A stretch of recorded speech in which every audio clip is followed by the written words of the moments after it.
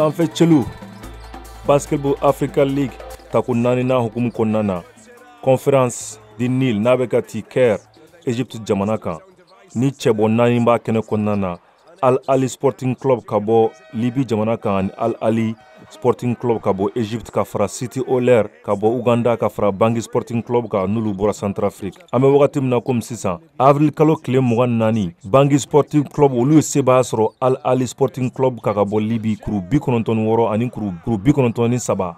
O kɔfɛ fana City Oiler minnu ka ɲɔgɔndan 2-3 bɛɛ tɛmɛnen na u ma sebaya sɔrɔ olu ye sebaya sɔrɔ Al Ali Sporting Club ka bɔ Egypte jamana kan kuru 82 ani kuru 81 ka sebaya d'olu ma.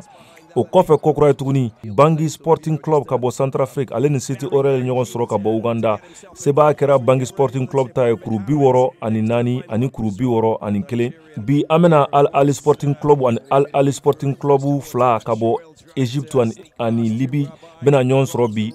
O ɲɔgɔnye kɔfɛ Al Ali Sporting Club ni City Oiler fana na ɲɔgɔn sɔrɔ sini ka fara Al Ali Sporting Club Bangui kan. O bɛna Conference du Nil Egypte jamana ka dinanta kun cɛ ni mɔgɔ 2 bɛna bɔ o la. An b'aw ladɔnniya k'a fɔ ko nin wagati na mun bɛ sebaya la bɛɛ ɲɛma o Al Ali Sporting Club ye ka bɔ Egypte n'olu ye sebaya sɔrɔ siɲɛ 3 ani ka perdi siɲɛ 1. N'o bɔra yen nɔ kuru 2nan bɛ mɔgɔ min bolo Al Ali Sporting Club de ka bɔ Libi n'u ye sebaya sɔrɔ siɲɛ 2 ani ka dɛsɛ siɲɛ 2. Ka sɔrɔ ka sabanan fara o kan n'o ye Bangui Sporting Club ye ka bɔ Centrafrique n'olu fana b'o kelen na ni sebaya 2 b'u bolo ani sentanya 2 ka fara City Oiler kan minnu kɔni n'olu sera ka sebaya 1 dɔrɔn de sɔrɔ nin kuruna in kɔnɔna na.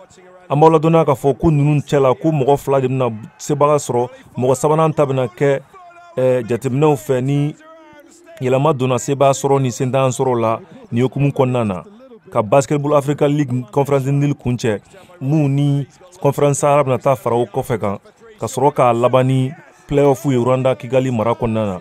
VOA News Cheikh Chero.